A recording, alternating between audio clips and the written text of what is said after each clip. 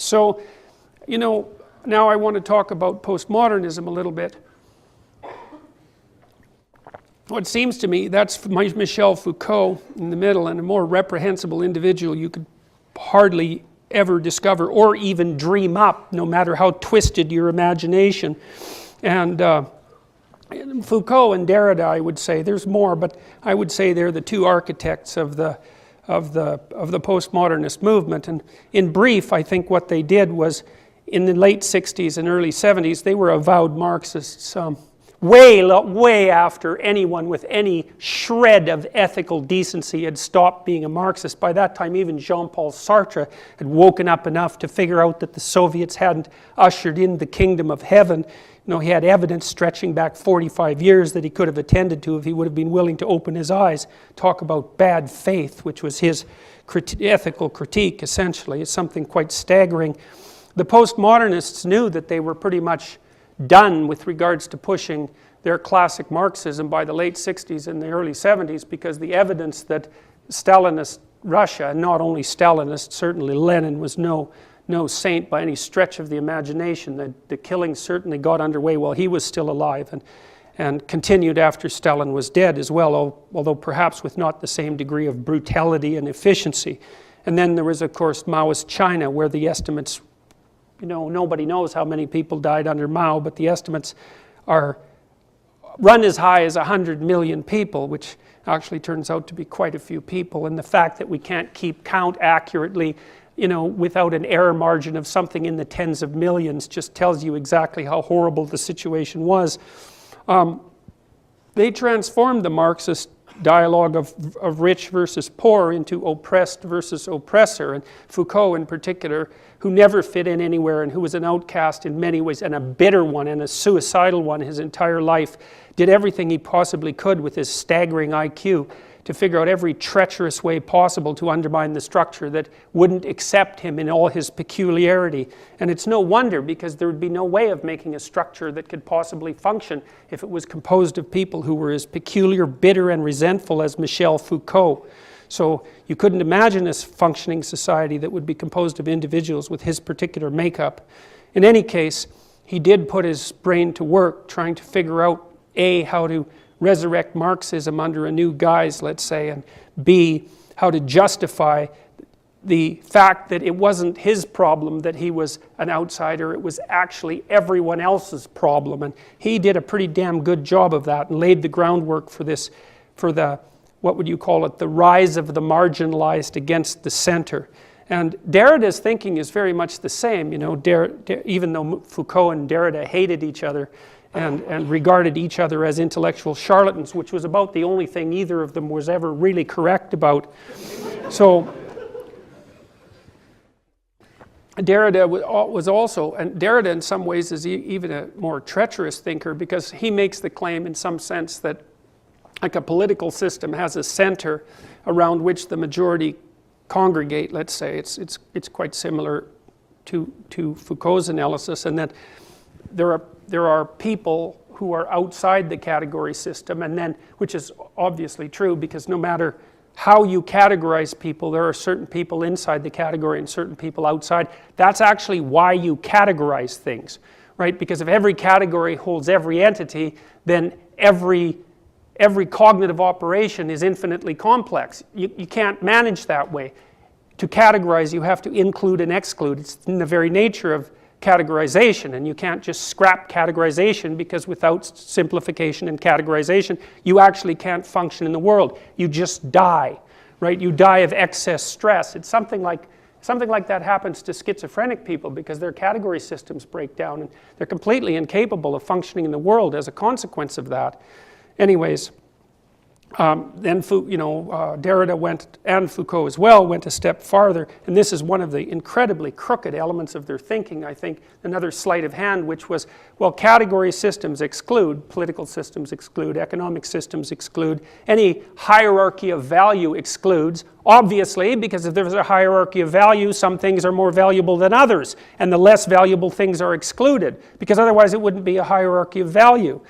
But the next claim they essentially make is that the reason that those hierarchies of value are constructed isn't to produce whatever it is that's of value, but to exclude and to maintain the structure of power that's intrinsic to the hierarchy of value. And that's an unbelievably crooked claim, because there are multiple reasons why a hierarchy of value might be put into place. There are hierarchies of beauty, and there's hierarchies of competence, hierarchies of intelligence and attractiveness and athletic ability and musical talent. There's multiple hierarchies, and in order for those things to exist at a high order, in order for us to laud what would you say, musical genius, we have to excuse all the people, we have to exclude all the people who can only squawk their clarinet from the hierarchy, because otherwise you don't have any music, and there's no up and there's no direction. And so to claim that the purpose of the hierarchy is to exclude is unbelievably crooked, and it's a central claim for both Foucault and Derrida. It's one of those sleights of hands that people don't quite notice, but that have absolutely catastrophic effects. Now, for Foucault and Derrida, here's how you could imagine their world, essentially. For the philosopher Hobbes, life was nasty, brutish, and short, and people were at each other's throats in the state of nature, right? But Hobbes really thought about that as the chaos of individuals.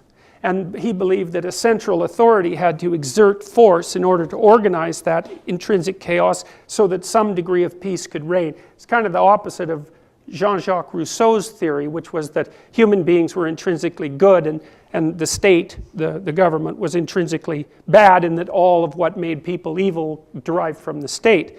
I would say if you put Hobbes and Rousseau together, you actually get the truth, even though they do seem to be coming at it from opposite perspectives, because people are actually good and evil, and social structures are also good and evil, and it's paradoxical, and we don't like paradoxical categories, but that's still how it is.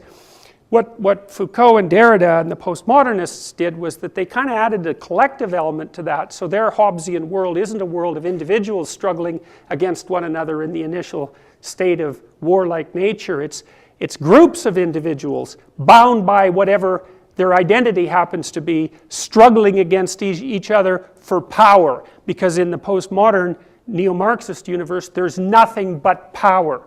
And there's a variety of reasons for that. Partly, it's because the postmodernists don't admit that there are any standards outside of arbitrary opinion, essentially.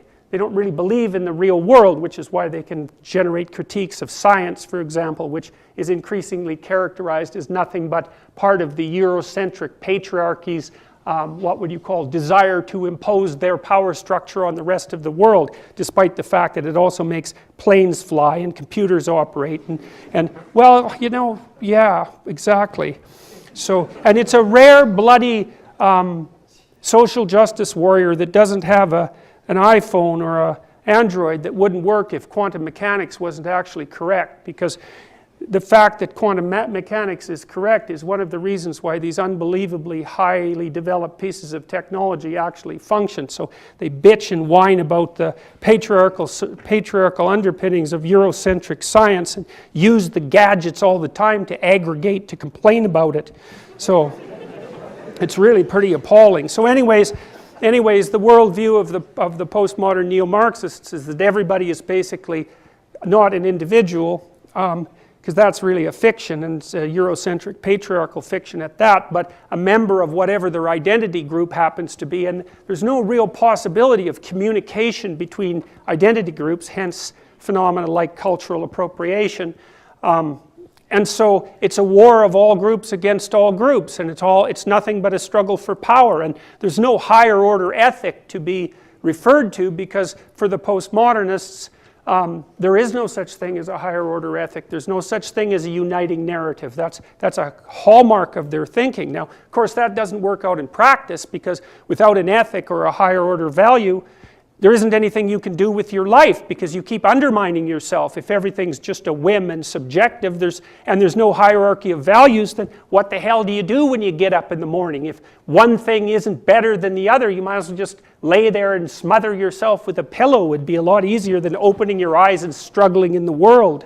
So So it's a self-defeating philosophy, and I think that's part of the reason why it's more or less self-evident that it's a mask for the continuation of Marxism, because at least Marxism has, as one of its advantages, a direction. It's an ethic, right? You have something to struggle against, even though what you're struggling against is certainly one of the things that you actually rely on, and second, something that you have to oversimplify in a very ungrateful and resentful way to justify fighting against it to begin with. And that's especially true in Western cultures, because as pathological as they certainly are, which is approximately as pathological as all of you are, they're a lot less pathological than almost everything that's ever happened, and pretty much everything that's currently happening elsewhere in the world. And you can kind of tell that by the fact that people tend to immigrate to the West rather than the reverse. Now, you know, the postmodern neo-Marxists would have an answer to that, which would be the only reason the West functions is because it's raped the rest of humanity and the planet. But, you know, the less said about that, the better.